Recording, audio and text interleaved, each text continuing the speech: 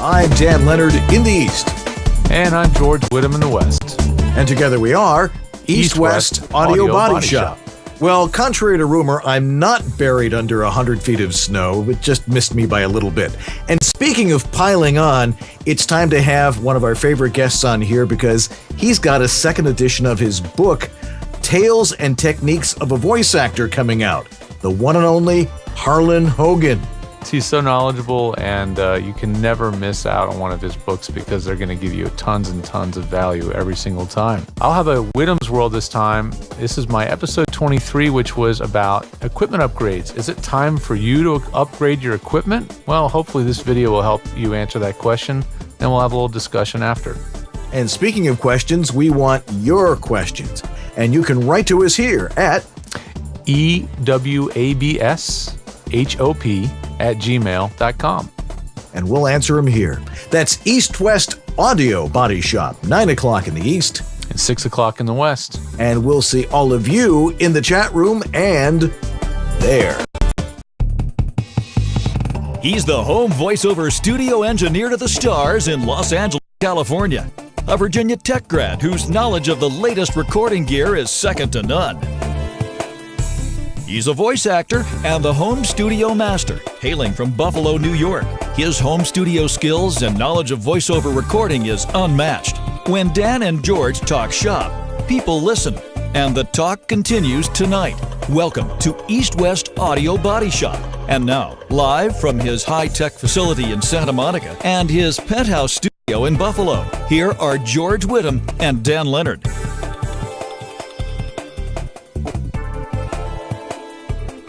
Good evening. I'm Dan Leonard in the East. And I'm George Whittam in the West. And together we are East-West Audio Body Shop. Bop, bop, bop. Well, I survived the great snowfall here. There's no snow on the ground here at all. It's gone. It just, 2 miles south of here, 7 feet of snow, hundreds of roofs collapsed. It's amazing what lake effect snow can do. And, fortunately, most of the voiceover people are smart enough to live in the north towns. So all of our voiceover friends, Peter O'Connell and company, we only saw a little bit of snow. You poor people. Oh, yeah. Man. Yeah. Of course, I'm missing part of the Bills game tonight because they're playing in Detroit because they had to shovel out. They couldn't shovel out 22,000 tons of snow out of Ralph Wilson Stadium. Oh, I wonder why. So they're playing in Detroit. They gave away 60,000 tickets to this game in Detroit. But are people from Buffalo going there? No. It'll probably be the greatest Bills game in the history of football. It's going to be awesome. That Houston game. It's going to be awesome. But we're not going to hurry through the show because we got lots to talk about. No, but we do want to start off by thanking our sponsors, such as Harlan Hogan, who happens to be here tonight. Sweet. He does. Yeah. Voiceover in his Voiceover Essentials, Edge Studio, Voice Zam, and Voiceover Extra. And, of course, Dan Leonard's Home Studio Master and my VO Studio Tech. That's right. Use our services because we're good. Yeah. That's right. Hey, what a great tagline it is. We're good. We're good. And now, Time now to take a look at the news. EWABS News.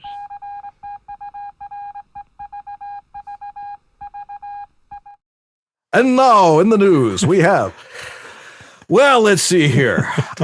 First off, World Voices Organization, which you are probably all familiar with. We launched our new website. It is absolutely gorgeous. Go over to worldvo.org and check it out because it's got everything that we had before. Only it all works. Wow.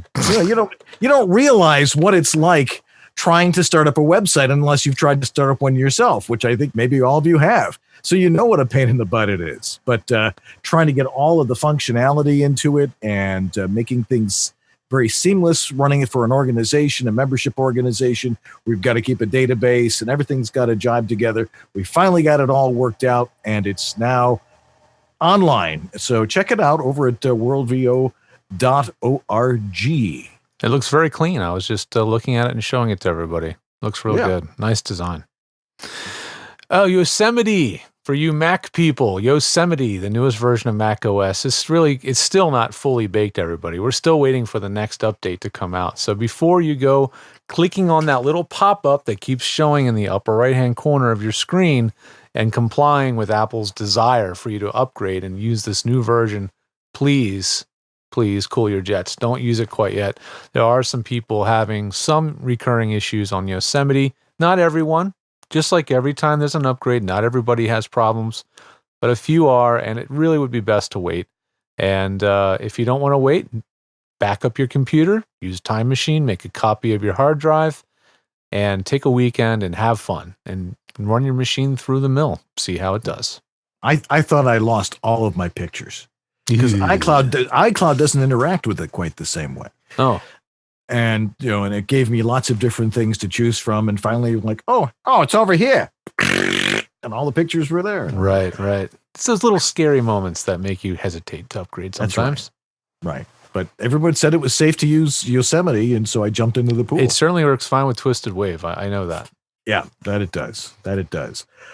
Studio Suit is temporarily out of production. Because Dan wants to be a voice actor, not a manufacturer. But those of you who bought it, you now have collector's items because you know how good it is and how well it works. Maybe once I get out to California, we'll start custom making them for individual booths and stuff like that. Because making it here is a dirty job for somebody who's a very clean person. Mr. Clean. We all know. Yeah. See my little earring here? Yes, Mr. Clean. CBS, the TV network, is officially announcing to their promo voices that Source Connect is taking the place of ISDN starting in 2015, as reported by several of my clients who are some of their promo voice actors. CBS uses a lot of voices, and so they work with so many different home, professional studios. And I think the ISDN was just getting just really costly to use. And they made just a dollar decision. I think they analyzed the cost-benefit analysis and realized it was time. So there you go. Source Connect, maybe the next big thing, at least in CBS's eyes. So far out, huh? Yeah. Duh versus duh. Mm-hmm. Come on now. Yeah. And that's Source Connect. That's the standard version of Source Connect. The one that uses an iLock. Source Connect now is still not now yet. It should be called Source Connect soon because it's in a beta. But once it's out of beta, it's going to be awesome.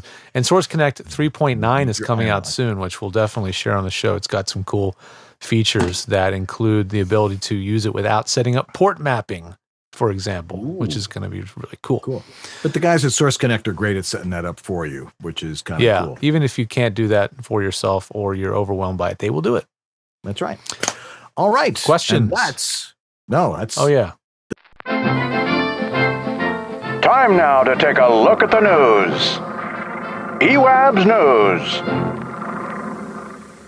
There you go. We had to use both halves because the other half is just as entertaining. Yes. First one, Dan, take it away. All righty. Randy Braun writes to us.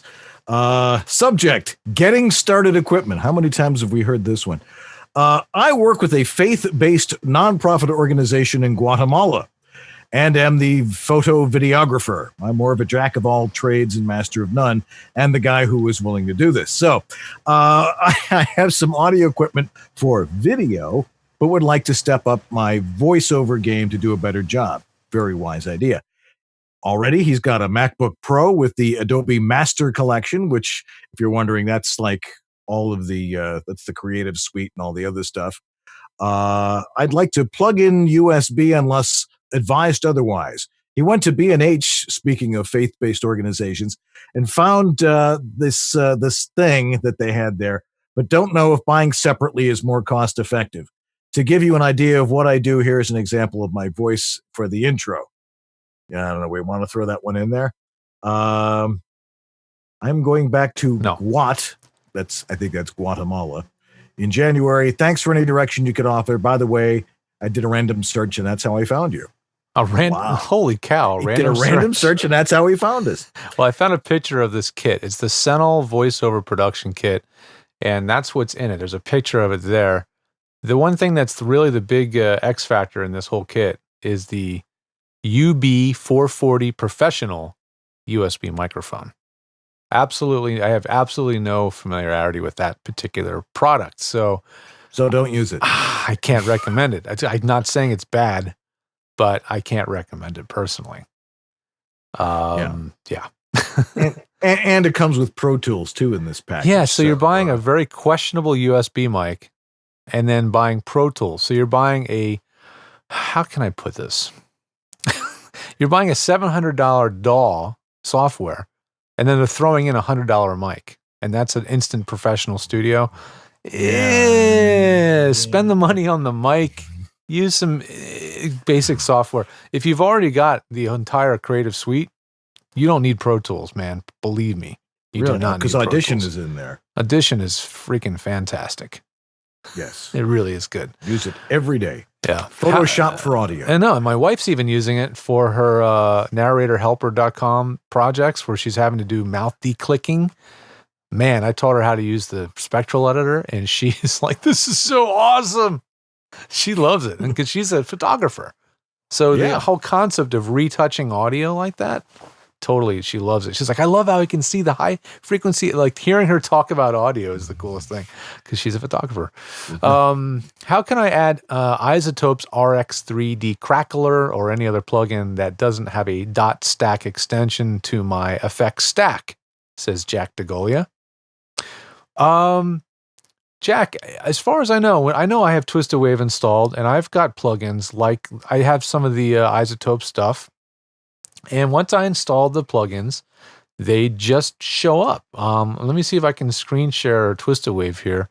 I'll bring up my effects stack window and see if I can do this without causing a fiery crash. Let's see. So if I go to my audio units window, I get a menu that extends over called VST Effects. And I also have one for individual manufacturers. Like, you're not really seeing that in the shot, are you? It's cropped out. Let me see if I can recrop this shot so you guys can see it, because I want you all to see this. Come on now. Is that good enough? Well, somewhat. No, that's a little bit wider. Let me see if that'll work. If I go into effects, you're just about seeing it now. If you go to your flat list of effects, scroll down, you should see Isotope stuff in there. So if you don't see the Isotope effects in your flat list, then the installation didn't work right. They should definitely show up, and you should be able to add them into a stack, just like any other effect. If I open up an effect stack window, and let's see, let's go to effect stacks, new effect stack. There's my effect stack window. Then I go down to my effects, add effect, and my flat list, and there they are. There they are. So there's no extra steps. Just install, and it should be there. If you install and it's not there, something went wrong. Try again. Try reinstalling, I guess. All righty. Next. Oh, I like this next question. Benjamin Brown writes to us, says, hey guys, I hear you on keeping it simple and the cautions towards the tube pre's. Darn tootin'. But what's the deal with the Avalon pre-channel strips? It seems that this is the tool of the choice for many folks. With the advancement in technology, are there more affordable pre's, channel strips, or even a production process in a DAW that would mimic what the Avalon has to offer? Or is it pretty much what you get, what you pay for? Thanks. Well, there's someone who completely doesn't understand the modern technology. Well, first off, what we say about the tube pre's is you're not doing radio in 1957. You're not trying to sound like that. And this idea of sounding warmer or sounding, which is essentially what we call a tiny bit of harmonic distortion, if I'm correct. Yeah. Not what you're trying to be. The idea of a home studio is not to make you sound a certain way, except like you. and adding the warmth of a tube or adding any enhancement into it, to me, I think is, professionally dishonest, unless a client is saying, hey, I want you to use this particular pre and do that. Has any one of you, except you, JS, has any one of you ever been told you have to have this equipment, you've got to have that equipment? And, I think it's nonsense in this day and age because in your DAWs, and George was just talking about, putting isotope in Twisted Wave, you can throw any effect in there and you can dial in any sound you want using your software. So there's no need to go hog wild with all this stuff, especially a channel strip up top with your microphone. Remember, the more sensitive your microphone is, the more gain you give your microphone, the more it's going to pick up the lawnmower next door and the moles underneath the lawnmower. Especially with compressors. Absolutely. Compressors bring the noise floor up, and all the echo in your room and all that stuff gets exaggerated with the compressor if it's not set up correctly. So if you're using a channel strip with a compressor on it and it's not set right, it's just going to make the recording noisier, and it's going to have more room coloration and ambience and stuff in it. I hear it all the time. And the thing about tubes is they degrade over time. Sometimes they do it slowly over 5 or 6 years.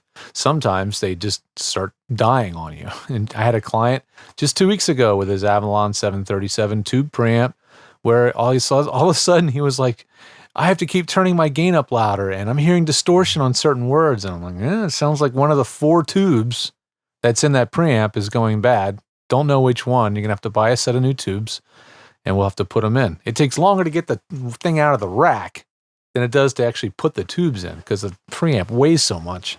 It's a tank. Yeah. So the easy answer is to take one end that gets plugged into the preamp and the other one gets plugged into your mic and bypass them and go directly into your interface. To your interface. Yeah. Well, in this case, yourself the time. Yeah. In this case, he had a Mackie mixer. So I said, well, you'd be surprised. Plug your mic into one of the other channels of your Mackie mixer. We'll turn up the gain and voila. He recorded that way for 2 weeks.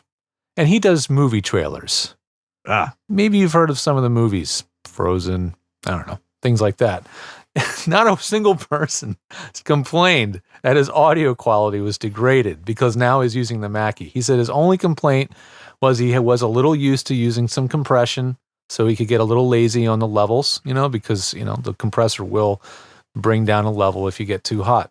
But that was it. So really, guys, avoid the tube stuff.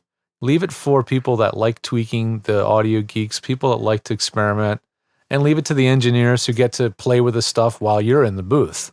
It's really tough to maintain and make sure this gear is working correctly day in, day out when you can't be operating it while you're recording anyway. Yeah, and like Uncle Roy and Cliff tell us, the engineers hate it when you start messing with the audio and sending them something that they can't fix.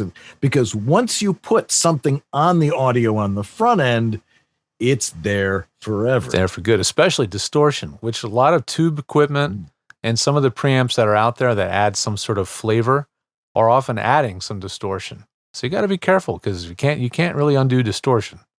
Yep. And that does it for questions this week. Yeah. And if you have a question for us like this stuff so that we can ramble on incessantly about how silly some of them are. No, they're not silly. They're all great questions and you got to learn it from somewhere. You might as well come to us because we know the answers. And if we don't, we'll find it for you. You can write to us at EWABShop or EWABSHop at gmail.com. It's all still one word, though. That's right. Let's get it on, or you can call our number, whatever that is. Do we remember what the phone number is? I think it's 818-47 EWABS. 818-47 EWABS. Yes. Yes. So, and we will answer your questions on air. Well, we've got a Whittam's World coming up, and then Harlan Hogan will bless us with his presence in just a little bit. So stay tuned. We'll be right back.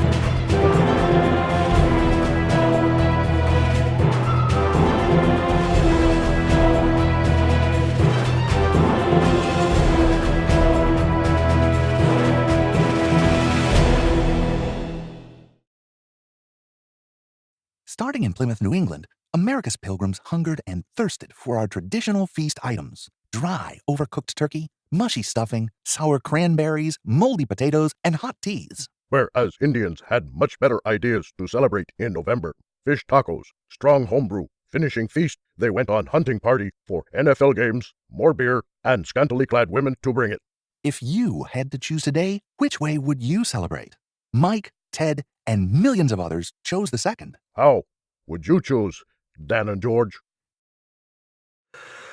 Yes, we're back here in East West Audio Body Shop, and Thanksgiving is coming up this week, isn't it? You going anywhere, or are you just like hanging out at home? I'm staying here, thank you.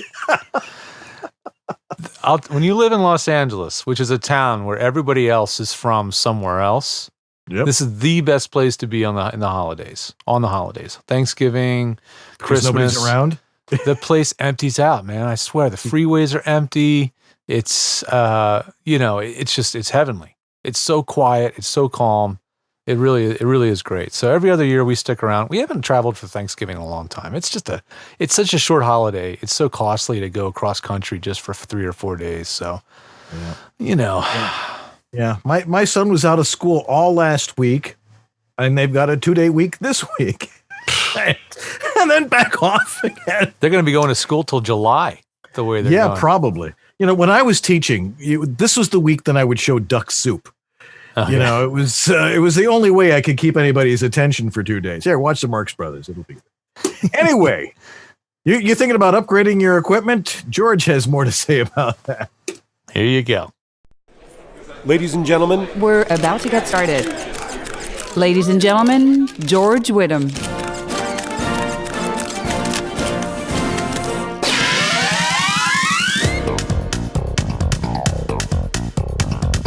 Hey everybody, this is George Whittam reporting from Whittam's World. This week's question comes in from Tom J. Dolan. Just prior to leaving Sherman Oaks for Tokyo 2 years ago, my M-Box Mini had a coronary. We were about 10 days from the shipping company pickup, and I panicked, as I didn't want to have to go shopping here for a replacement. I ran over to Guitar Center on Ventura, and I bought a Focusrite Sapphire 6, brought it home, plugged it in, tested it with Twisted Wave. It worked. I repacked it, put it in a shipping carton, and didn't see it again for about 10 weeks. Fast forward, occasionally get a request for a test line read, and I submit online. So I'm sitting here last week looking at my equipment and wondering, is all this stuff I bought in 2009, except for the Focusrite, got to be getting kind of old, no? How do I know if my audio is what it used to be?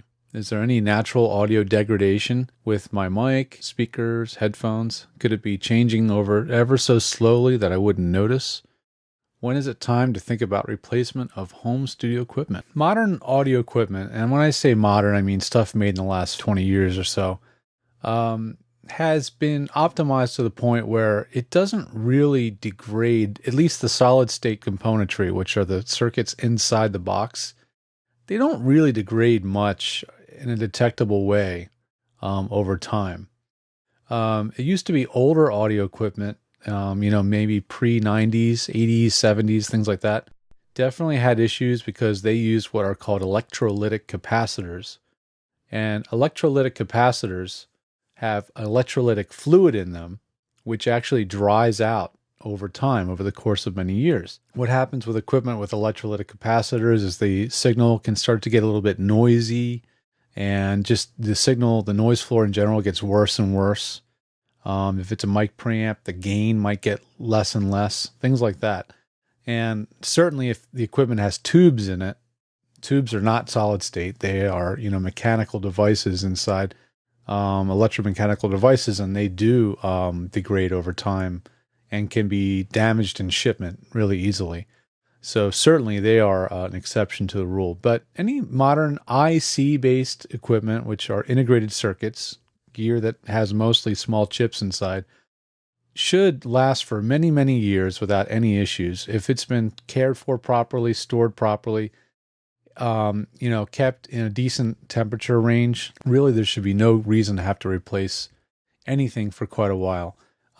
Microphones, of course, are probably the most sensitive to changes in temperature and humidity. So again, if they could possibly over time start to change their tonal characteristics, they can gain a layer of dirt on the capsule.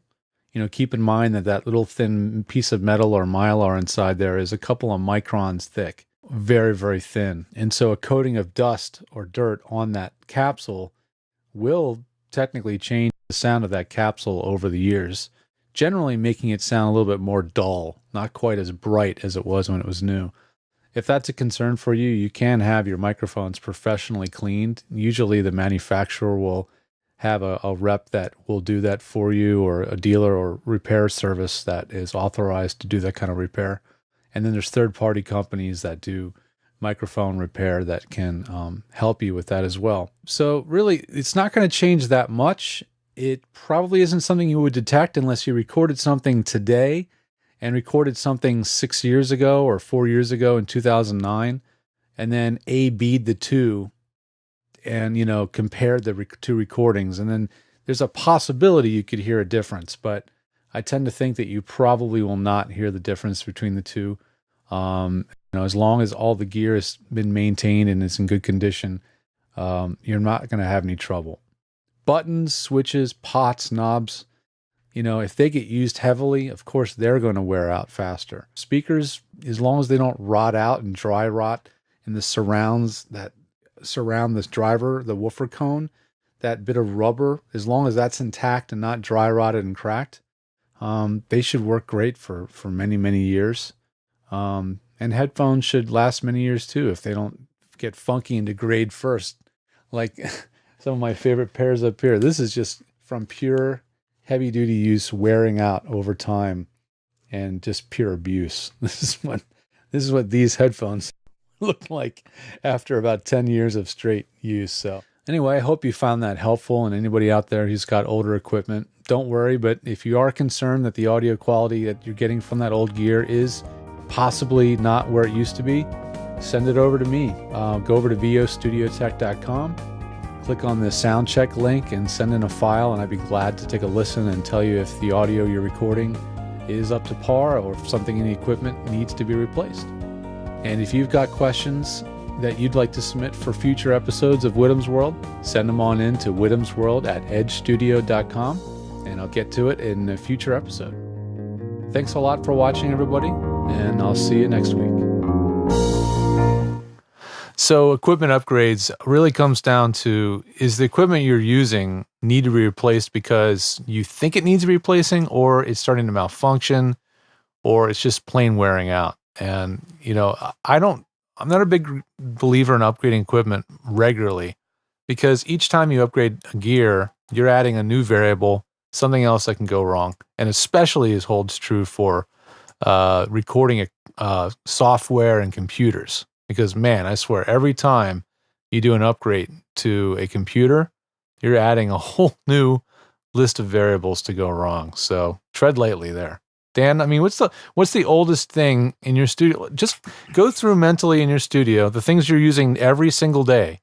What is the oldest thing in your studio right now? The oldest thing in my studio? Well, probably my TLM 103. Which is, what, 5-6 years old? Probably more like 6 or 7. Yeah, okay. I've had that a while. Well, the same mic stands that I've had all along. Sure. And other than that, of course, we moved up here to the penthouse suite right. a couple years ago. So I upgraded a couple of things, but I haven't used a whole lot of different interfaces. I've been using this 2i2 for a while, really since I moved up here, and my KRK Rocket 5s, and of course, I don't use a whole lot. So right, audio interfaces, they seem to have some sort of a shelf life. It's probably just because they generally are made with relatively inexpensive components. So, if you get 10 good years out of an M-Box or something, you're doing really well, I think. Well, especially with an M-Box. But a Neumann microphone, 10 years is that's a teenager in Neumann mic years. Those things are, when cared for, will last 50, 60, 70 years. Yeah. Any mic of good quality is going to last for many years. These guys will last a long time. Yeah. And still do, including the radio. Yeah, microphones are good. not that any audio gear really is a great investment. It's not going to make you money unless you keep it for 70 something, 50, 60 years. But, it's not a bad investment because it just doesn't lose value that much. Yeah, tilt down. There you go. It doesn't lose its value terribly rapidly like anything digital loses value very quickly. Computers, audio interfaces, that stuff really goes down in value quick. Microphones, anything that's analog and any analog gear tends to hold its value well. So, that's better stuff to keep around for a long time. Absolutely. All right. Well, we have our very special guest, one of our favorite people coming on. Harlan Hogan will be here to talk to us and answer your questions as well. So you stay tuned. We'll be right back here on East West Audio Body Shop. VO Studio Tech. Recording made simple. Hi, I'm Peter McHugh. This is Jim Tasker from Los Angeles, California. Hi, this is Bill Ratner in Los Angeles. Hi, this is Scott Rummel here in Yorba Linda, California. Hi, my name is Rick Wasserman. Hi, this is Tom Kane. Hi, my name is Vanessa Marshall. Hi, my name is Zurich. Hi, I'm Mary McKittrick. Randy Thomas chiming in. Hi, this is Joe Szymanski. Hey, this is Rick Robles. Hi, my name is John Patrick Armstrong. I was turned on to George by none other than Don LaFontaine, who always swore by his health. George is absolutely awesome. ISDN, Source Connect, Phone Patch, FTP, you name it, George has set it up. It's really the best thing I've ever done for myself. I feel free, safe, fearless, like anything is possible in here. Unless you like to look for opportunities to waste time, call George. And he did all of that, long distance over the phone and the internet. I'm very happy with George, and I cherish him. Thanks, George. You make it easy.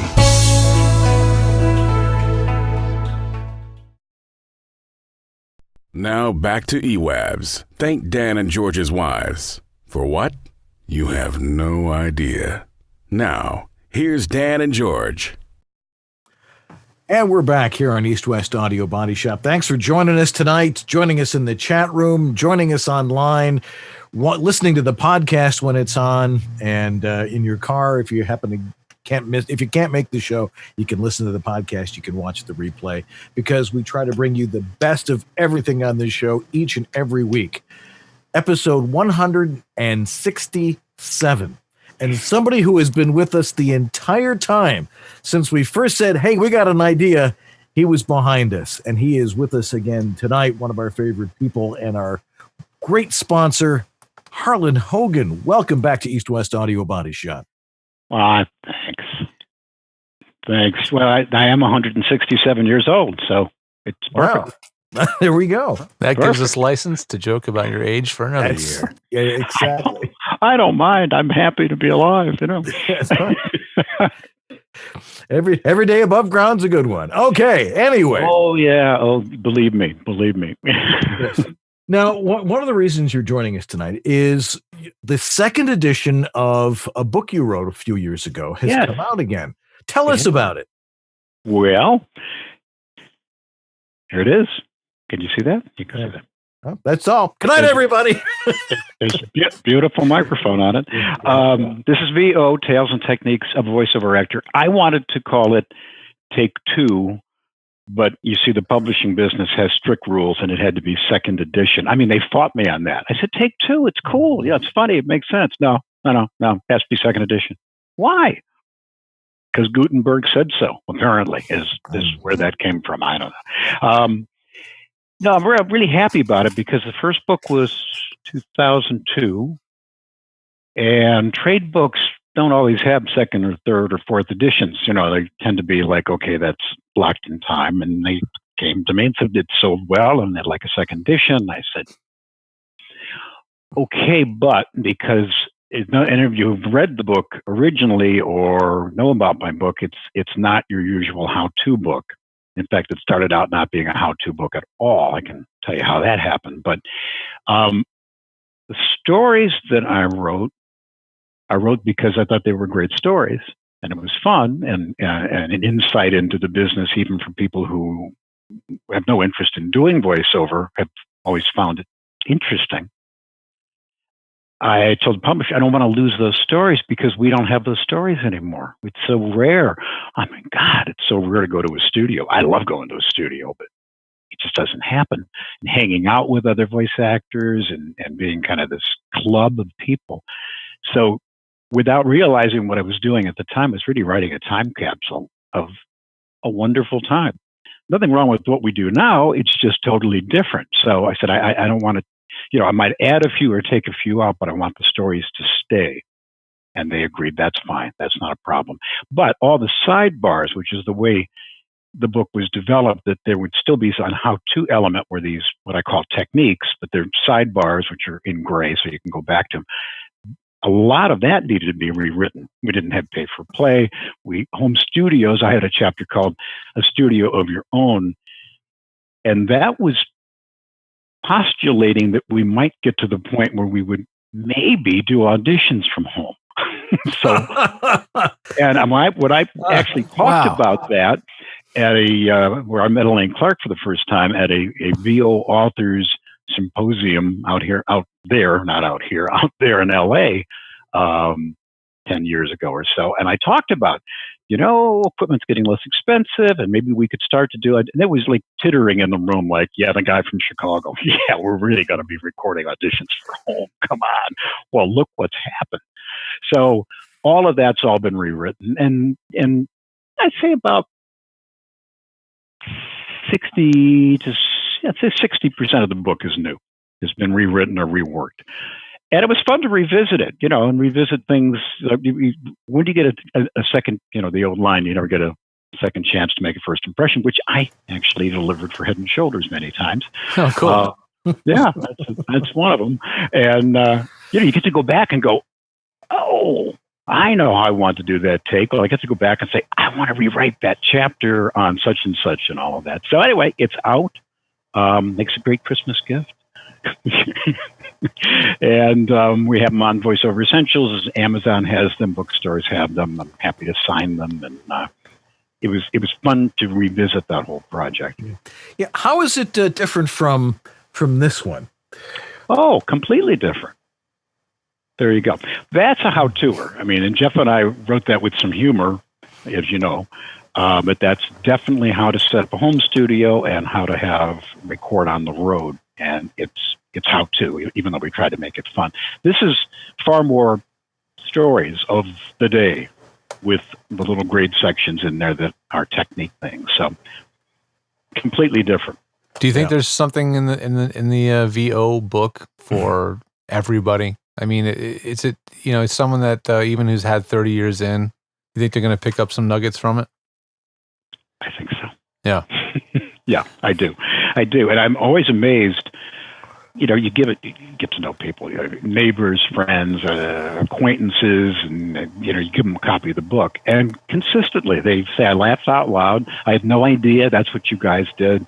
The stand lines like, I listen to the radio and the TV, and I'm like, I know I'm listening to the voiceover people, before the best they'd say is, well, I heard, Matthew, what's his name? Or I heard a celebrity of some kind do a spot. And now they're like, oh, I see what you're talking about. And what you're really trying to do, you're really trying to sell me on success rather than a car, Right. So that's very rewarding for me. I have found it fun. And when I wrote it, honest to God, guys, I kept thinking, somebody has to write down these stories from the 70s, 80s, and 90s of the characters and the clients and the crazy stuff that happened and the pranks we pulled and all the fun we had, while still being competitors. I was saying to a guy the other day, I said, we used to sit around and play gin or drink it, but we were all kind of a club together, particularly in Chicago, hanging out in the same places, same restaurants, same bars and everything. And it was such fun, and I kept thinking, well, I guess I'm the guy to write them down because nobody else is doing it. So I'm really glad I wrote all that stuff down. I just sat and went, oh, Gary Gears. I remember Gary Gears, and I'd start to write a story, and I'd remember somebody else and write a story about him. And it's just very rewarding and fun. But I think they're fun stories for people that have no interest, which is practically no one anymore, but I don't want to do voiceovers. I don't have, no one told me I had a good voice. I don't want to do this, but they like learning about, a crazy business, particularly back in the day. Yeah. Well, and that was the thing is when I first broke into radio, like in 1979, all those characters were still around, and it was an interesting time. And of course, learning that style of voiceover back then had to be totally unlearned when 2000 came around and we were able to do it from home. Yeah. A complete change. It doesn't mean that we don't. I mean, I still make relationships and you become friendly with people down the line. And I always try to go see some of those people, particularly my political clients, is, stop by and literally walk in the door and say, "I'm Harlan." Holy smoke. But it's still not the same as, hanging around. And that's what I loved about radio, too, when I was in college. And then I worked in radio for a while out of college. I used to always say, you could drive up to any radio station, the studios or the transmitter, 24 hours a day, anywhere in the United States, and there would be some people in there talking about radio. They'd just be sitting there because they loved it. It was a private club kind of. And fun. Yeah. Not profitable, but fun. That's the part. Yeah. The profit part was difficult. Making a living was tough, but there were lots of trades. We got lots of trades. That's true. Yes. hey, I got trade at this restaurant.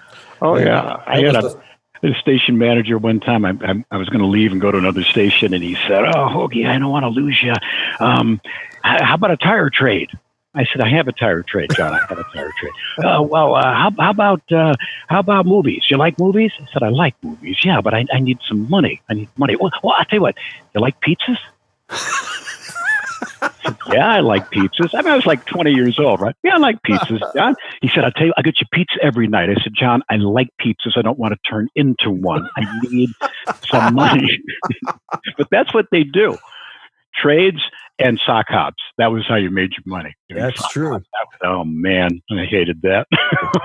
Well, unfortunately, those days are long gone for everybody. Yeah. Now with this book, now you said there was something you're doing. Did you do an audiobook version of this? Oh, no, I may. One of these days when I have time, I'll actually narrate it. I think this is funny. So my publisher, same publisher as before, and I know Ted, and he's a terrific guy. And he called and we had a conversation. And so we agreed. He agreed to what I said. I want to keep, the bulk of the stories, blah, blah, blah, blah, blah, blah. Okay, Harlan, whatever you want to do is fine by us. Perfect. Great publisher. Good editors, not a problem. We get all done. And he calls me up and he says, "Hey, I forgot about the audio rights." I said, "Oh, okay." He said, Audible basically wants to buy the audio rights. And I said, "Oh, okay, what does that pay?" And he told me, and it's a pittance. Believe me, it's laughable pittance. And you split it with your publisher. And I said, "So they want to do an audio book?"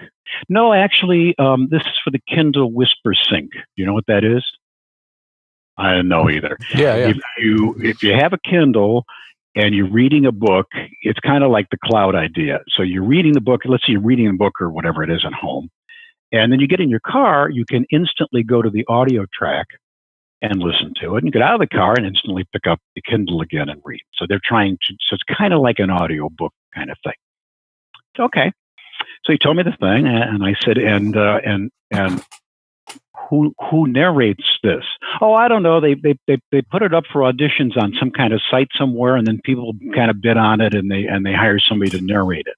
I said, "What is it that I do for a living?" "And it's written first person. This is going to be a tough sell for me." "Oh, well, they don't use the authors, Harlan." I said, "Well, then they don't get the audio rights, do they?" "Oh, well, maybe they make an exception for you. I'll talk to him." So he calls me. "Yeah, I'm going to have a beautiful young lady read my book first person." I mean, this makes no sense.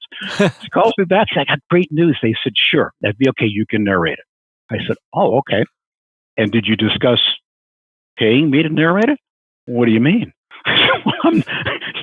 This is about 65,000 words. That's about 8 hours, maybe finish time. I'm not reading it for free. "Oh, well, I don't think they're planning on paying you." I said, "Then you know what? I'll keep the audio rights." So I did. So if I ever get around to it, I'll narrate it and make it a download.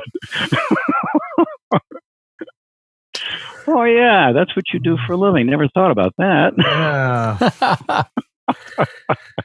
What are people thinking? What a concept. Sometimes you wonder about the publishing business. Oh, believe me, it is archaic. It really is. The rules and the time it takes. And They know really nothing.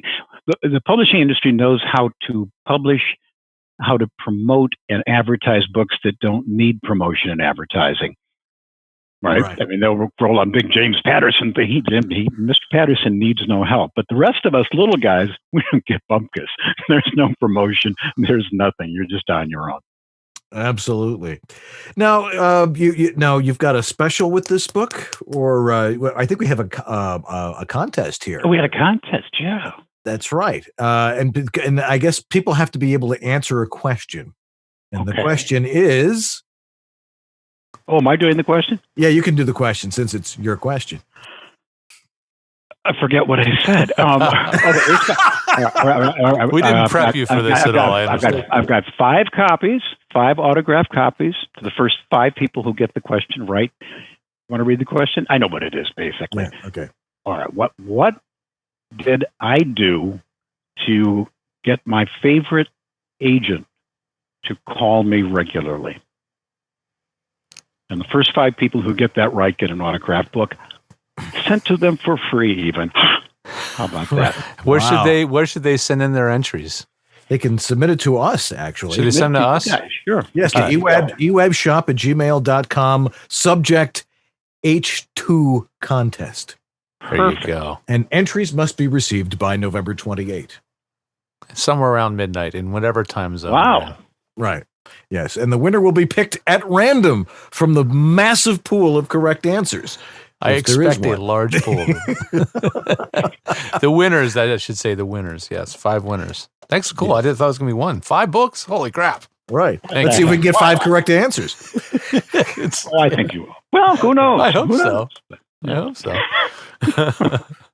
That's not something you can Google either. I mean, you can't just go to Google and type that question in and find an answer. How did Harlan get his favorite and call him back regularly? Well, that's a good one. I think I know the answer, but then again, I may have heard the story before. Anyway, now one of the other things you do is you have this massive retail empire called Voiceover Essentials. How did you get into doing that along with your voiceover work, and how do you balance the two? Wow, good question. Dumb luck. Okay. Basically, I mean, I never dreamed. I've had a lot of jobs and been fired from several of them. And the one thing I never wanted to do is anything to do with retail at all, because I thought I would kill someone. Luckily, online, you can't really see the person, so it's not quite as likely. But no, it was a complete accident. And it came about because I recorded at home on reel-to-reel, and then on a DAT, and then on CDs. Oh, I thought you started on a wire recorder. I did. I have a wire recorder over there. If I could lift it, I'd show it to you. A Webster Chicago wire recorder? I've got a Webcore. Webcore, yeah. Webcore. You remember paper tape? Oh, yeah. Punch tape for paper computers? Recording tape, yeah. Wow. Yeah. Anyway, so I have always done that mainly because of political stuff. And I started wanting to be able to record on the road. It started to look like you could at a rational price. And the problem was the hotel room that sounded awful.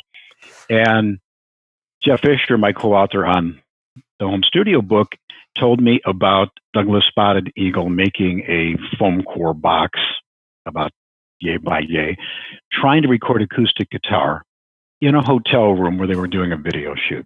And so he grabbed some acoustic foam, stuck it in the box, and played it. And I said, "Well, that's so interesting."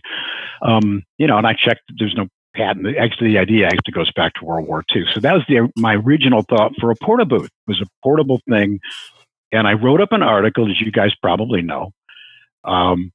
Once I found this thing at Target that popped up, and it was sturdy enough to work pretty good and sounded pretty good. And I just wrote up a thing how to make one of these things. And then when we did the home studio book, we put it in exactly how to make it, how to cut foam. You need the turkey. You need the electric knife cutter, carving knife, the electric carving knife, because you can't cut foam with a knife because it turns into gobbledygook. Wrote up the article, put it on the internet. Basically, basically be a good guy, but also I knew it would help sell our home studio books some. So people kept asking me where they could buy one. And I said, you can't. You just get the foam. We got to buy, as you know, a big sheet of acoustic foam and cut it and all this stuff. So eventually, my IT guy, Warren, said, Harlan, maybe you're making a mistake. Maybe you ought to think about making it. If people want to buy something, I said, I don't want to do that. I do voiceover. That's crazy. I haven't got time for this stuff. I made 10, sold them like that. Before I was done, I made 1,500 of them. And meanwhile, then developed the proper ones I sell now, which are made for me and handmade in China and way more sophisticated than that. But that's how I got in retail. And suddenly I had that.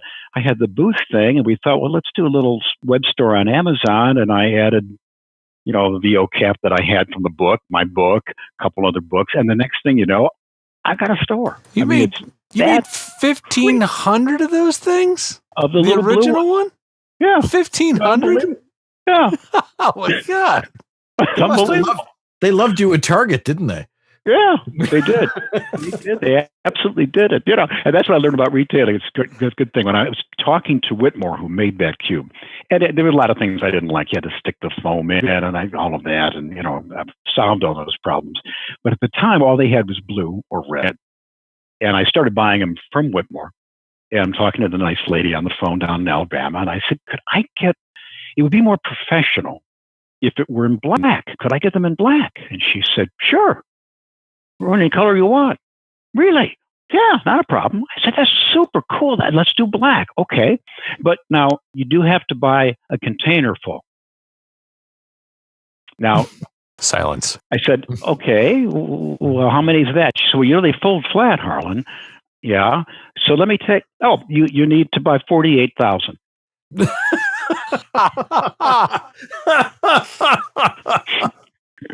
My descendants would still be selling these things like 48,000. Holy crap! You mean that's called minimum order quantity? And you learn when you have retail how important that figure is, because it doesn't matter if the thing can be made for $2. If you got to buy 50,000 of them, this is money. That's right. But that's honestly, it just kind of backed in, and we added a few things. I had a wind-up stopwatch that I made as a promotion thing, and I had a couple hundred of them. So I put them up, and they sold. And so little by little, like Topsy, this thing has grown into a nice business. No, and it's the best stuff out there because it's only for voiceover. That's my raison d'etre. That's what I want to do, and make sure that if we can either find something that's less expensive or better made or works for voice people. Don't really care about. I love that with mics. Right?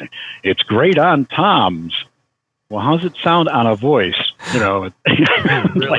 I know. Every time I go to everything sounds good on a tom or a bass drum because it doesn't matter. I know. Every time I go to diaphragm doesn't go, you're happy, right? Every time I go to a trade show, an AES show, an AM show, it's really hard to get the product spokesperson or the owner of the company or whatever to talk about in context of voiceover. Some of them can do it, most of them can't. They're there for music. Yeah. Well, that's where the huge market is, of course. So I'm making a few hundred microphones. Some, they're making 10,000 because everybody wants to sing. And that's fine. That's my strict rule. It's gotta relate to us. Yeah. All right. Well, we've got lots of questions from our amazing studio audience. Studio audience. Yes, it's a virtual studio audience. I like that. They're in the chat room, and George had a question too. But we'll get to all that and more right after this message of interest. You're listening to East West Audio Body Shop.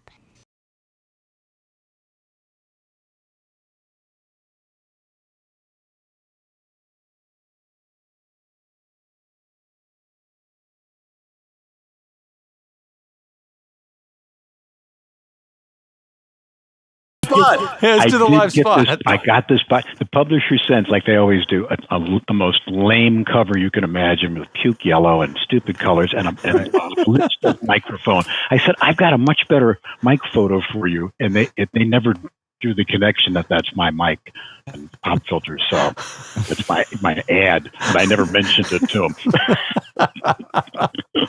So anyway, this is normally when we would do the Harlan Hogan promo for his amazing website full of helpful information.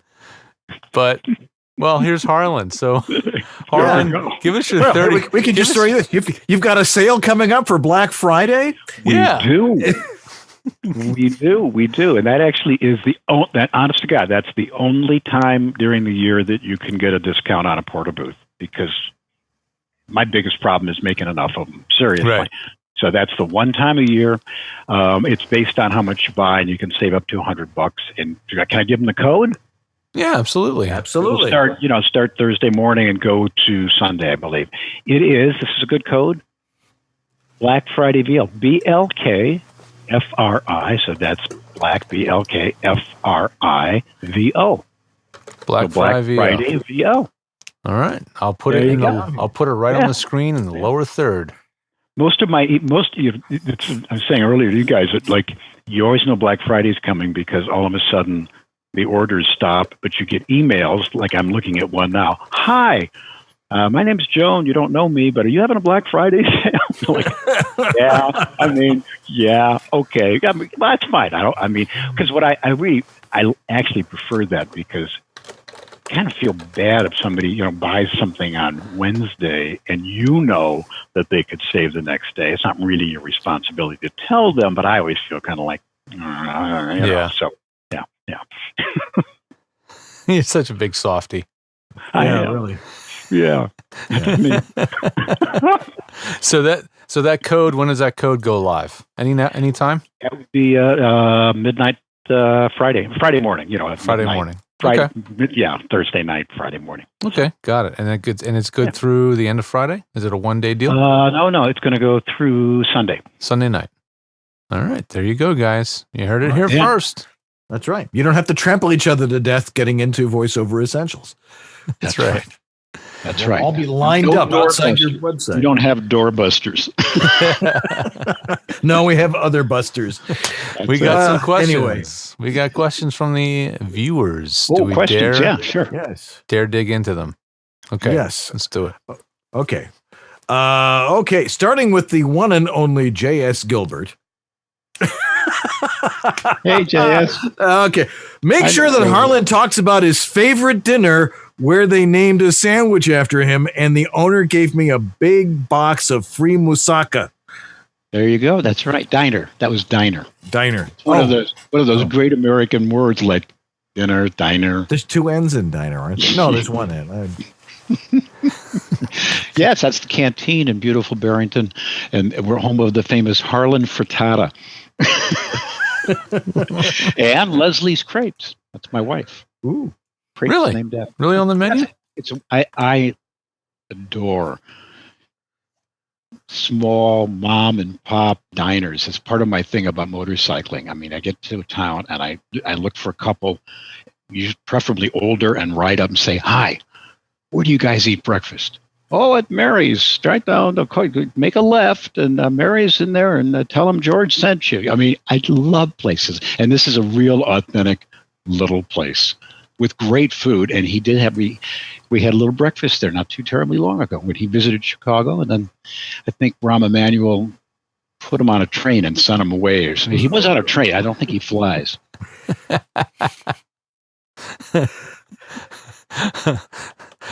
Okay, I got one from.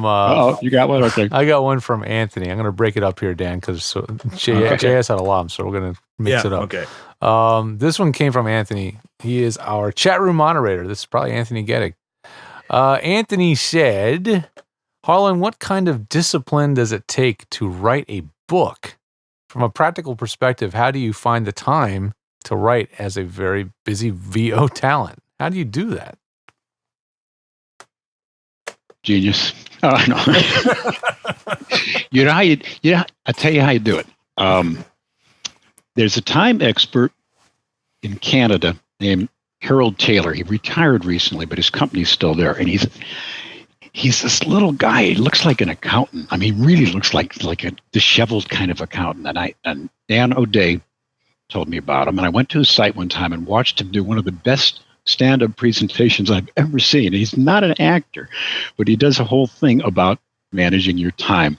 And he acts it all out of the phone is ringing and things are there. And he's looking at the garbage can for invoices, all the things we do.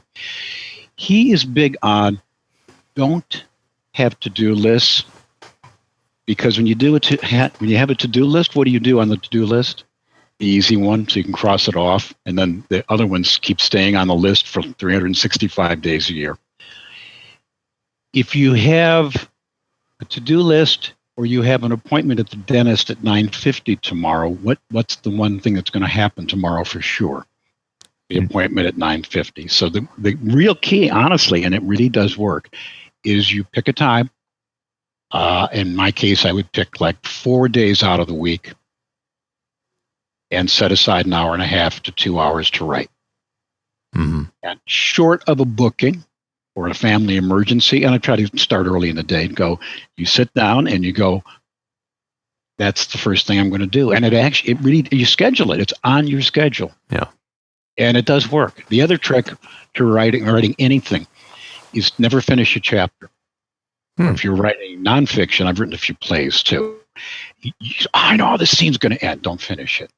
Just stop. Let that percolate in your mind. And then when you sit down in the morning, you never have writer's block, because you're going to finish the end of that scene and you know exactly where you're going. And now you're back into the rhythm rather than going, I got to start a whole new chapter. How am I going to start the chapter? Oh my God. I get another cup of coffee and a bagel. And that's what happens. Man, that's a really that's how you, I mean, it did teach me some discipline. And after a while it becomes fun. That's a really cool idea. I know for me that to-do lists don't do anything, because I never get to the to-do list, or, for me, my to-do list is my calendar. And just like you said, if I have to do things that are unscheduled, that, I have to do them on my own, I still have to populate the calendar, because if you don't make the space in the day to do those things, they probably won't get done. No. So I totally agree. How many mornings, I do it all the time, come down like, okay, what have I got to do? All right, I got certain things I know I've got to do. I got a session, or I got this session, or I got to talk to Warren, or whatever. And then you're like, this will be a piece of cake. I'll be done by 10. The next thing I know, it's 6:30, because all this, and that is one of the problems of all of us being so interconnected. You look at your email and then the world goes to hell. It's gone. Yeah. Oh, it's man. Yeah. I find to-do lists very, very effective. And because, once you've got one of these, because of all the hotels you visit and you steal all the seminars, you get all these notebooks. I'm like, well, I might as well write down what I'm going to do today. That and all of these swag sticky notes that everybody. Sticky notes, yeah. I got a few hundred of those here too. Got to use them somehow. Might as well make to-do lists out of them. All righty. Let's see what else we got here. Lee Penny asks, what did Harlan do to get his agent to call him back? I can't reveal it. It's in the book. Nice try, Lee. It's in the book. In the book. It's in the book. Oh, let's see here. That's funny. That's actually very funny. I can hear Lee laughing right now. JS, we have to kill him. JS will not let you go without talking a little bit more about the mixer face. JS is one that was very much an early investor in the product, because I know JS, I think, bought 3 of them. He got a bargain. Yeah, he did. He got 3 for the price of 1, I think, almost. Yeah. But I think he's anxious to. You said earlier that it works great. I mean, the limiter. I'm really curious about the limiter, because that's one of the things that most other devices like it do not have. Exactly. And how transparent is that thing? Is it really like? Can you hit that limiter relatively hard and it? Yeah, I was surprised at how good it is. I mean, it's so good that I'm honestly have thought about not using the Duet here as the AD, and just use this, mainly because the limiter is so good. Because as all of us who are walking into a booth, we've set a general level, and 99 times out of 100, it's fine. But I speak for myself, but I think most of us have walked out of a session at some point and looked at the recording and gone, oh man, because you've done it. You got the spot. You didn't realize you had, the end of the nice conversation with your wife in the spot becomes a screaming match or something, and you can't really run out here and fiddle around with the gain. And they don't, down the phone, they don't know that you've done it, and you've gone over digital zero, and it's now. You go back in and recreate it and never tell them. That's Harlan's tip for the day. Yes. Tell them, just go recreate it. Yes. I've had a few phone patches go south on me, and I recreate everything, including the conversation. Like, hey, hang on, let me try that another way. I'll do the whole damn rather than tell them, because they don't remember anyway. I have a pretty good memory for stuff like that, but the limiter, I really, really, really pounded it, and it's just there. It sounds, now at what point it's going to do, there's a limit to it, of course, sure, so to speak, but I am really impressed with it. It's very gentle, and it just, and you don't get that limiter sound. Pumping or whatever. And you have a duet, which the Apogee Duet has a limiter, sir. So this is an even better limiter than the Duet has. Yeah. I think so. So I've been playing around with it. Twisted Wave, will multitask with it. I've got it on iPhone 6, and it worked like a charm. I tried it on my old tablet, and it worked like a charm. Mm-hmm. And I was is your telling tablet George an Android? And I haven't tried an Android. An Android's simple because it's just USB in. Yeah, it just works. I plugged it in on Friday, and I left it on for like 3 days, and I had 40% of the power today when I went to it. So it didn't really lose a heck of a lot of power being on 3 days. That's cool. Yeah, it's cool. And the little, and like what's nice is like the limiter. It's an option. You've got a little thing on the bottom here with a label that tells you what to do. So if you don't want that, take it off. You got phantom power, of course, and which you can have on or off on each channel. I love having 2 channels, particularly if you're on the road. This is it's a good piece of gear.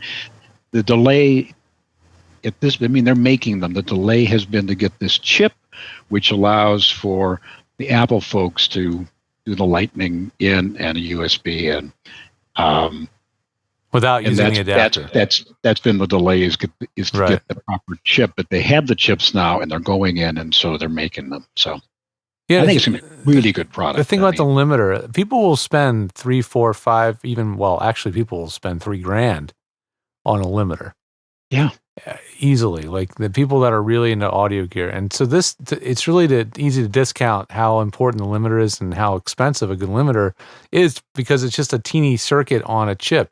But somebody had to design the way that thing works and the way it does what it does. And that's complicated. Exactly. It takes a lot of time. And they added that feature in, well after the thing was announced, Right. It was, and that's the nice thing about the nice thing about a small company, and Michael is a personal friend of mine as well. They can move quickly. When a lot of the musician people, they wanted a high Z input. Right. And he would, okay, we'll add that. And then somebody said, a limiter would be great because, you're flying solo, and they put it in.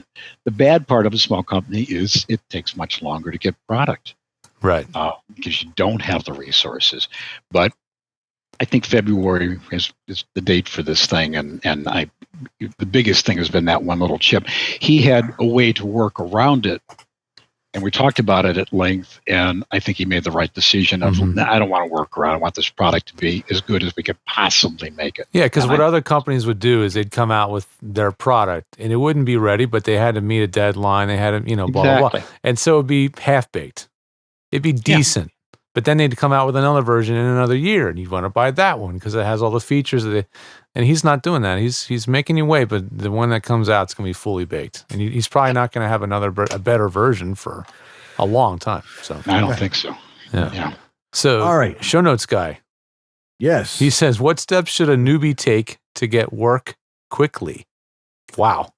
Read Harlan's book. Yeah, there you go, right there. Yeah, I would read the book. That answers that. This man wants to pick my brains. You know what? We'd all be lying to say there's a simple answer to that. because it depends on where you are, it depends on your situation, what your background is, how your demo is, what kind of work you're going to go after. The only thing I'm going to say on it is that you have to be your own marketer.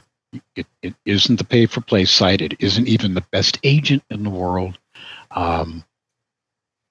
You've got to market. You've got to meet people. You've got to get out there, get your work heard. And for some reason, voice actors, and maybe actors in general, we like to think that our business is so unique. In fact, we'd like to think the business is so unique, we refuse to accept the fact it's a business, and it really is a business. And it functions, the rules for running my online business are exactly the same as running my voiceover business. It's promotion, it's marketing, it's staying current with what's being sold, whether it's vocally or a piece of gear.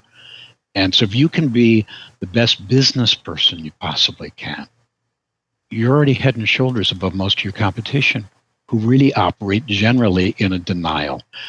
I want someone else to market for me. I want my agent to handle that. I just want to be the person who talks in the tube all day. Well, we all like to do that, but it's unrealistic. All righty. Off subject a little bit. Mike Martin. A little bit. Just a little bit. A little bit? Just a little bit. Harlan, what's your bike? Mine's an FLHP. And what does the P stand for? Stand Mike for. says. He's trying to quiz us, I think, about what the P stands. So he's being very inside baseball about motorcycles here, I guess. Do you know what that means? Do you know what an FLHP is, Harlan? No, I don't. I ride a BMW R1200 RT. Nice bike. I'm a Beamer guy. Sweet bike. Oh, man.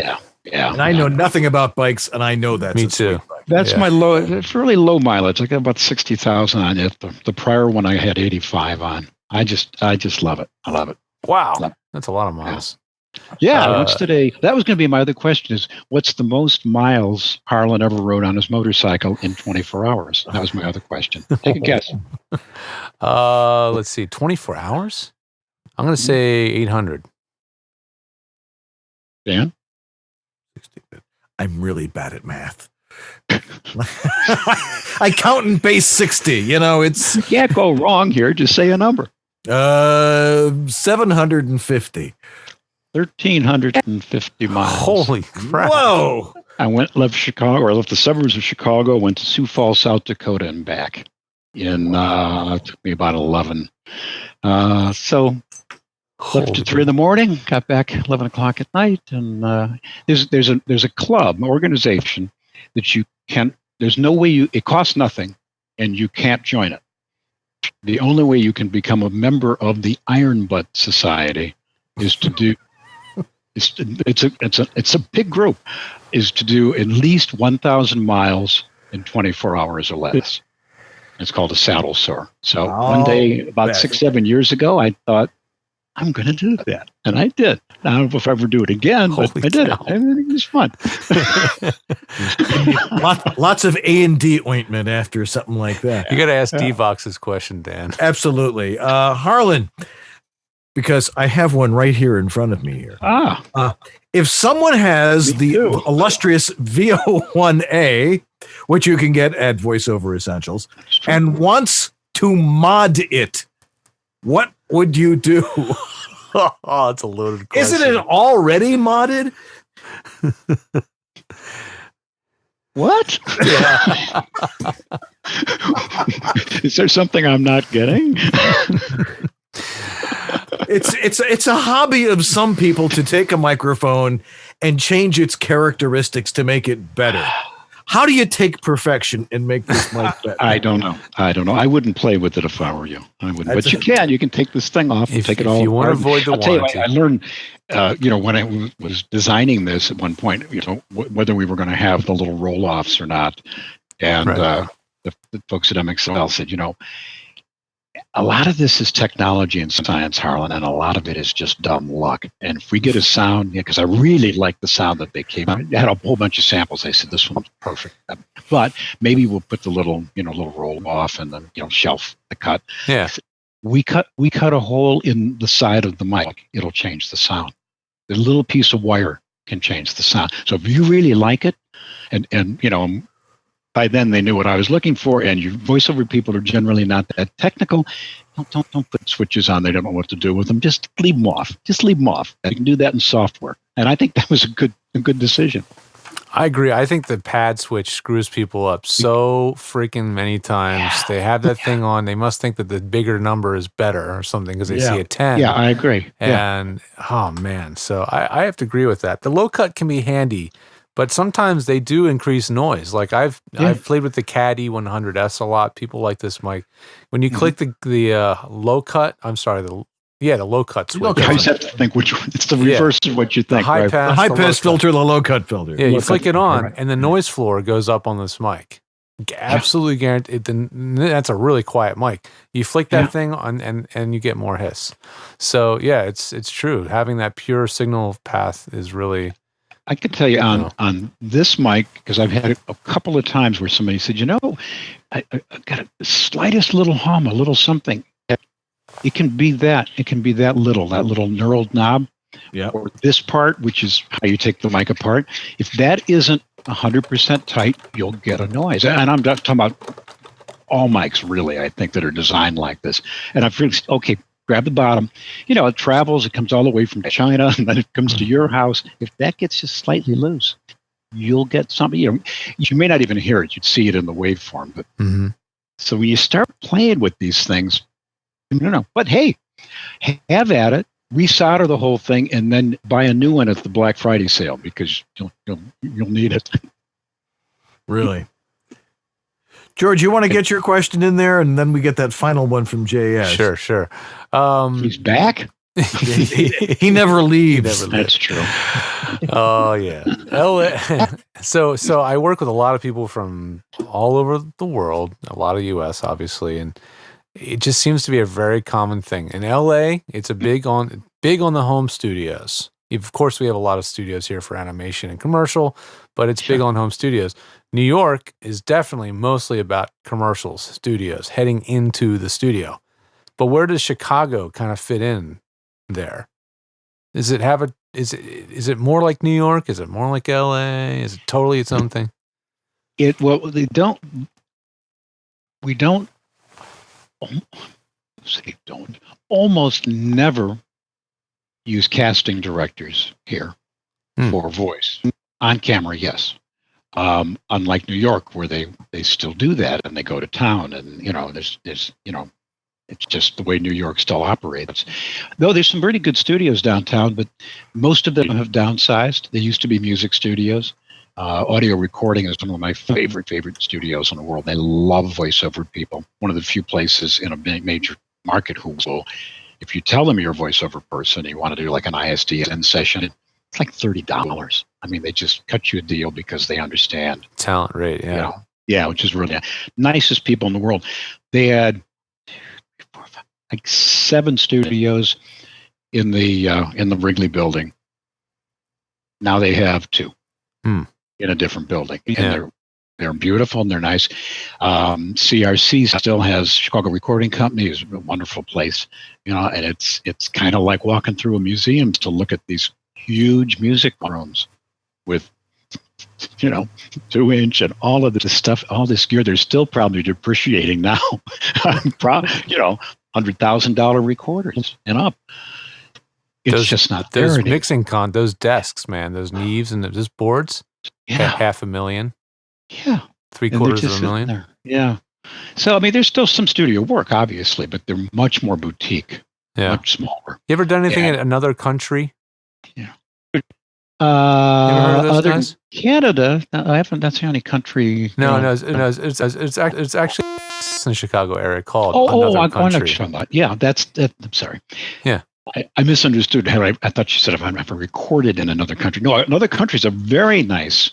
They've got 2 good-sized booths and one kind of little small announce booth. Those are the folks who makes Source Connect. That's right. It's where kind of started out of there. Robert Marshall. Basically, Robert. Another country. You know, it's a funny thing. I've gone there a billion times, and I had wondered a couple of times about why is it called Another Country.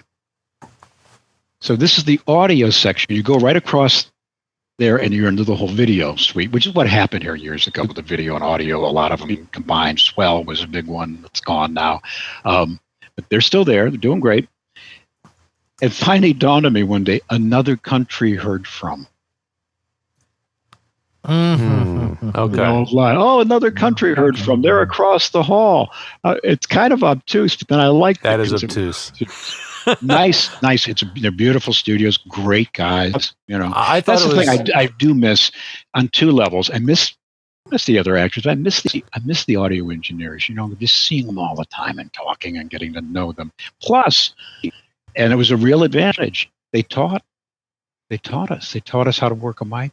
You know, I came out of radio and theater, but you know, having an audio engineer putting the mic, saying, "Okay, Harlan, you want to get about this far from there on that one." Okay, no, back up. You learn from these guys. We don't have that anymore. I've had several occasions where I got a complaint from people about this microphone. God, it sounds hollowy, and I can't figure out what's wrong. Well, we can laugh, but you know what? If no one ever taught you that it's a side address microphone, almost every week, talking to the end of it. Guys, send me some the wrong side. You know, I never laugh and go, "Oh, it's a common mistake." See where the little thing there is? Talk into where my name is, but why wouldn't you talk like that?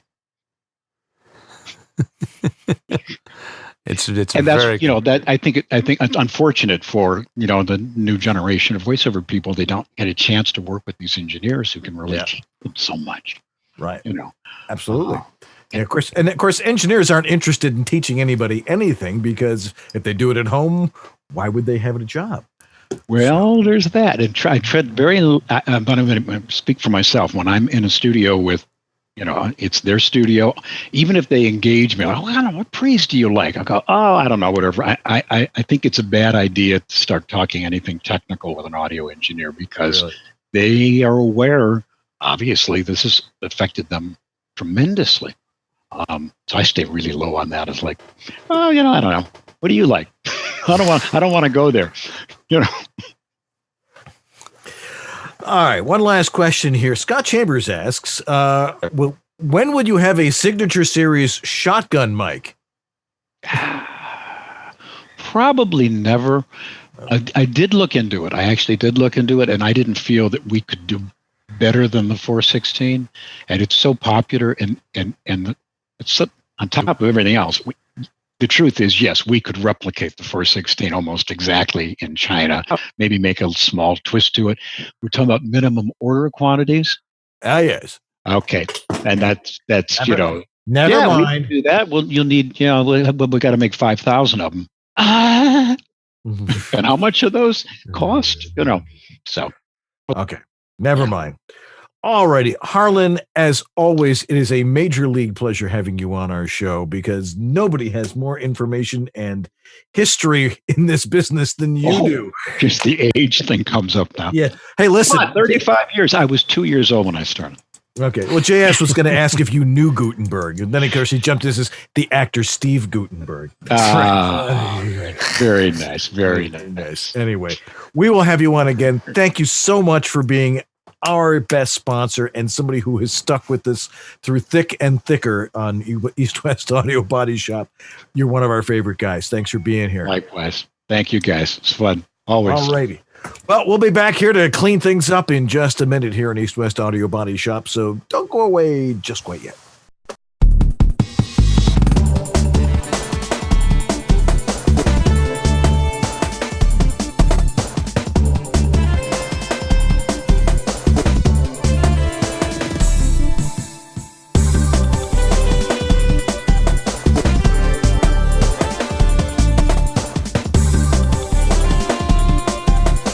We all agree that iTunes is one of the best ways to listen to music. Well, what if your voiceover demos could be presented the exact same way, where each clip inside your demo is listed as a clickable, playable track? Well, now you can, if your demo is presented with the interactive demo player only from VoiceZam. In VoiceZam, each track inside your demo is clearly titled for producers to view, select, and play. Now, we all know that producers will only listen to the first few tracks of your demos, right? But not on VoiceZam.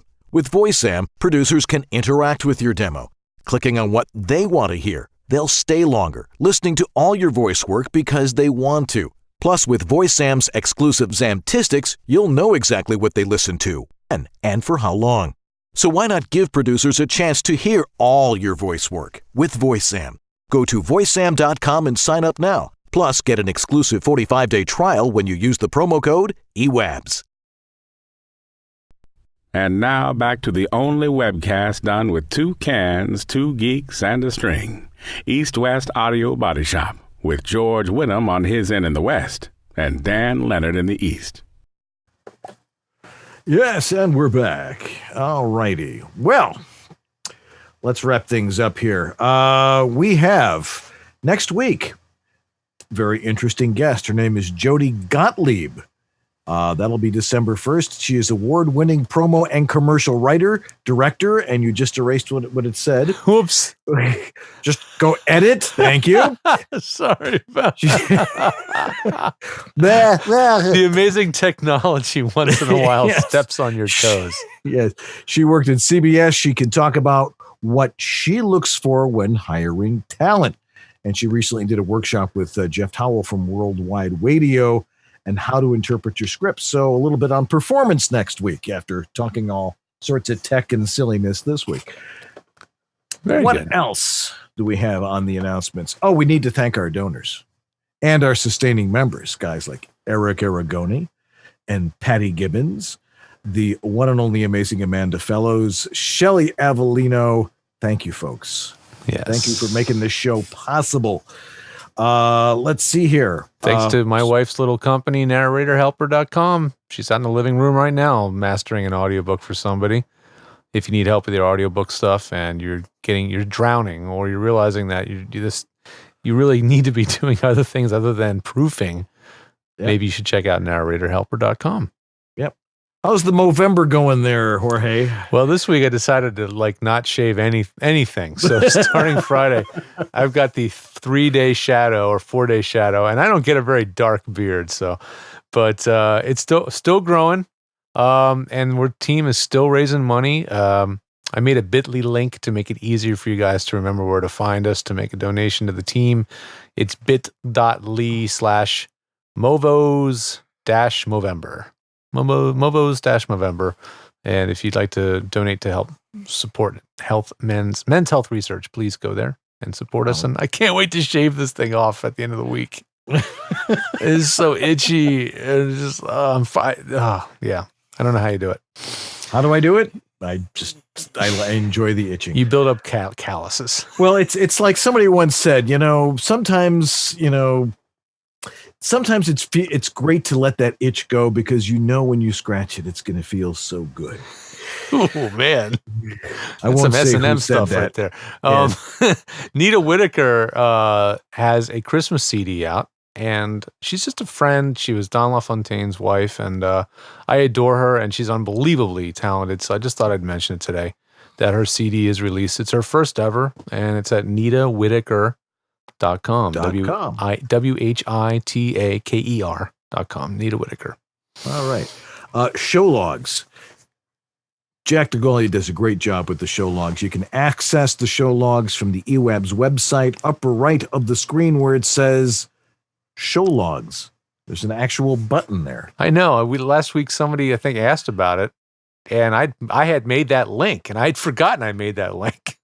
We do so much stuff on the website, I forget what I do half the time. But yeah, there's one place to see with all the show logs. If you want to find stuff for if you're looking at a certain show, where was it? And it'll be in there. Speaking of show logs, we have to do our annual review show at the end of the year in late December. So our best of show, if you've got a best of, a little thing that you saw on EWABS that you thought was really funny or really fun or really entertaining or especially very, very informative, try and find it on YouTube and remember who the guest was and send it to us and give us the exact time of that particular piece. Yeah. So we can stitch it together. Give me a minute.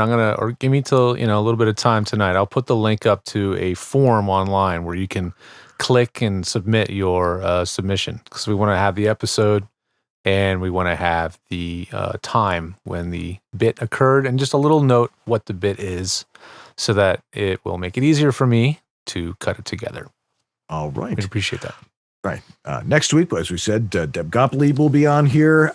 December 8th, we're not sure. December 15th, we're working on it. December 22nd, we won't be here. We're going to actually take we're Christmas week off. Christmas Hanukkah week. It's just going to be. Yeah.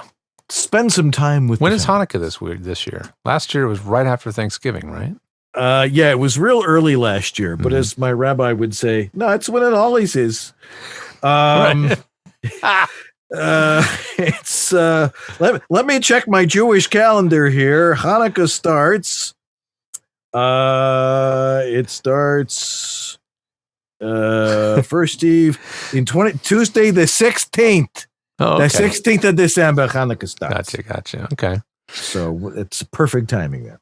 Not that it's just a festival. It's not a big deal. It's not like Christmas. It's not like Easter. It's just Hanukkah. Don't make a big deal out of it. That's right. Well, we do make a big deal out of it anyway because it's the holiday season. So on the 29th, we'll have our best of show. Our YouTube channel, every show, all 167 episodes are there. And there are people still combing through them. I'm up to 85. I know, and I put I've put together an auto tweeting system to tweet out some of our old episodes just to remind people what's in that archive. Really? Yeah. So I've seen those. That's great. Yeah, just shakes the cobwebs. Yes. Now, how can they get to the podcast? The podcast is available in a lot of places. Stitcher, if you're a Stitcher person, you like using Stitcher Radio, iTunes, naturally, and there's a podcast link right on our website at the very top, right above the W. If you click on podcast, you can find it there. And you can subscribe to it from just about anything. I have a podcatcher app on my Android phone. I can type EWABS in, and voila, there it is. There it is. All righty. Please like us on Facebook. If you haven't followed us on Facebook, how do you even know we're here? Follow us on Twitter at EWABS_show and subscribe to like our videos on YouTube. We also need to thank our wonderful sponsors and our guest tonight, Harlan Hogan, who's been with us since the beginning. VoiceOver Extra Edge Studio for providing our bandwidth, and the wonderful VoiceZam, which I put on my websites this week. It's actually a lot easier than you think. So go out and get it. It'll really help you with your demos on your site. Who do we thank? George? Our wives, of course. Man, we love our wives. Thank you, wives. Thanks, Amy. Thank you. Yes. My wife and I, our 20th anniversary this week. Congratulations. Thank you. How she puts up with this, I don't know.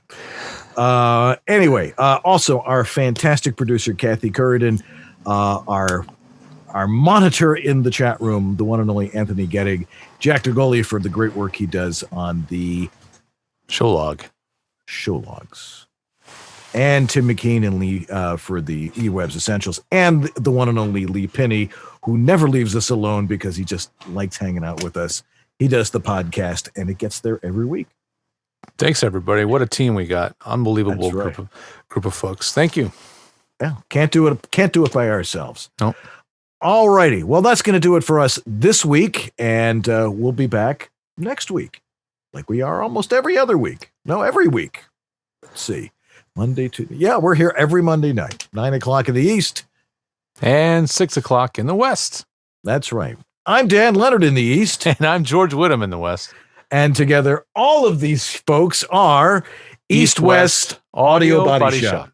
Have a great week, everybody. I get to go watch the Bills game now. Have a good one. Good night, everybody. Good night. You're listening to East-West Audio Body Shop.